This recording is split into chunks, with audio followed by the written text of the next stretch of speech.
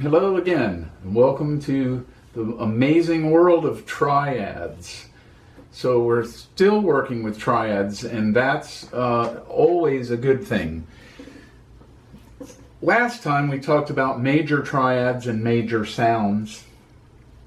This time we're talking about major triads and minor sounds. So check this out. Here's our C triad, remember from the way we were doing it. And then we go this way. We're just doing a nice voice leading down. You can see nothing's changed. I'm not going to do anything different. I want to go the same way, same idea.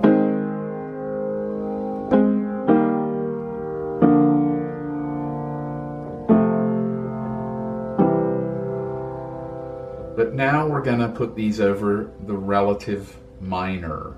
So we're going to have a relative minor in the left hand, relative major in the right hand.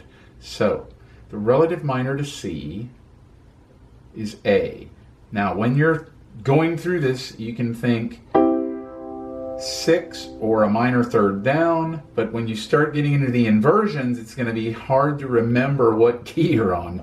So that's the idea. I like the idea that you have to think. You can't just do it. You're going to have to think it through. If you turn it into a technical exercise, then you're just getting that kind of thing going. Again, it's a waste of time. The thinking and the slow process of learning, because you might get stuck on a chord that sounds really beautiful, and that's where your practice day ends, just creating with that and being able to play on that. That would be great. That's really wonderful. So we're hoping that happens. There's always got to be discipline practice, and then there has to be time to create with voicings and colors and scales and composing. Those actually have to be two different things. You can't do all of it at once, or you'd have to have like one big, huge 16-hour practice day. Even if you have that much time to practice, and I did at one time in my life, you still have to put it into segments. You have to have a technique segment, you have to have this, that, and the other segment. You might even have a sight reading segment, but all of these things have to be split up. The composing and the voicings and all of those things have to have their own time because it takes a lot of time. It's where you can spend the most time because it can be rewarding and it can be distracting. As soon as you hit one thing, you can find yourself on a tangent. So let's think this through slowly, and you'll do it your way after you get this down. So here is our C, right? And then we're going to do the relative minor, which is A minor. Now, I like to sometimes put 7 in. If I play the root and the 7th, or the root and the 5th. This is a nice sound. Yes, I am doubling. No way around it for this exercise. Now, the next place we're going to go, because we're not doing majors, we're actually doing relative minors.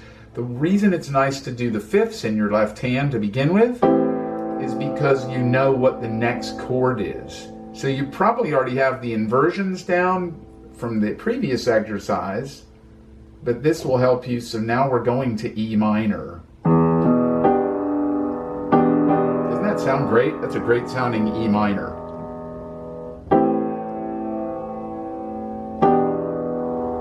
And then we go to a B minor. And then we go to F sharp minor. Then we go to C sharp minor.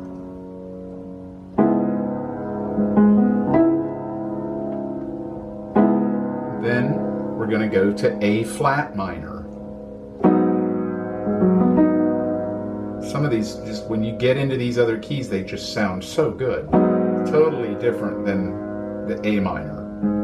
It's only a half step away, and it's amazing how rich this one sounds. And then we're going to go to E flat minor. I wouldn't want to play like this, right? But I gotta make sure you see this. There's our B flat minor.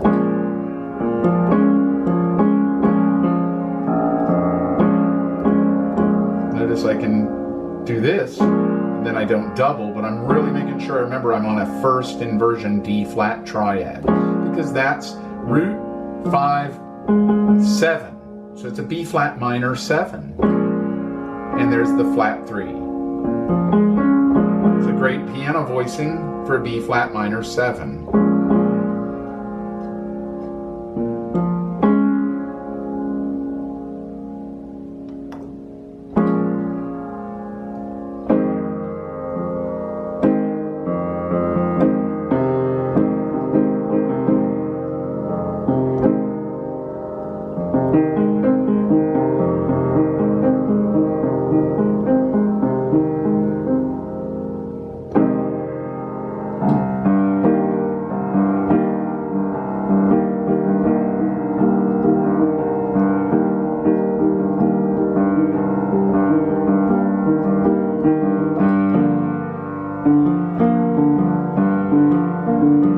Getting a little bit low. They still sound good down here, but I'm trying to make sure I'm using my fingers so you can see what I'm playing, but also showing you also how you can eliminate the doubling. Or you can develop your own technique. I've got a lot of nice two-handed technique by doing this and wanting to play things with motion.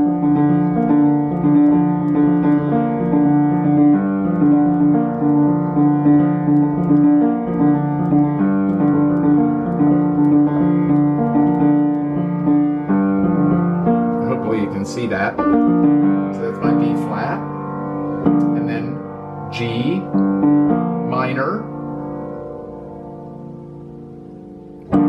D minor. This is a bit low for my taste. There's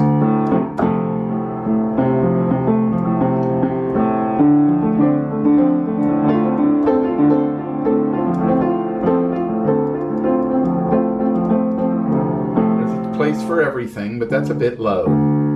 And then we would be back to A. And that's too low for me as well. A little bit low. I like this one.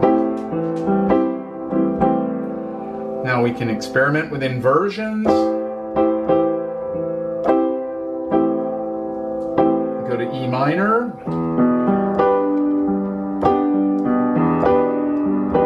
Go to B minor.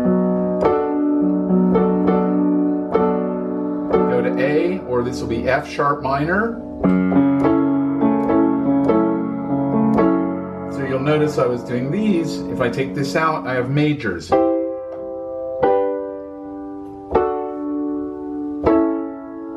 A and to E. That will be our relative minor C sharp minor.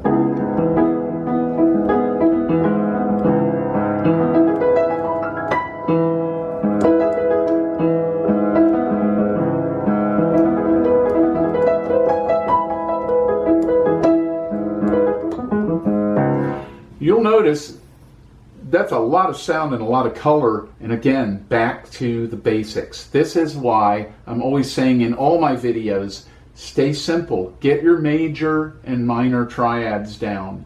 Start with those things. Get so you can really move those around with all the different inversions, because look at the amount of color we're getting just from those minors.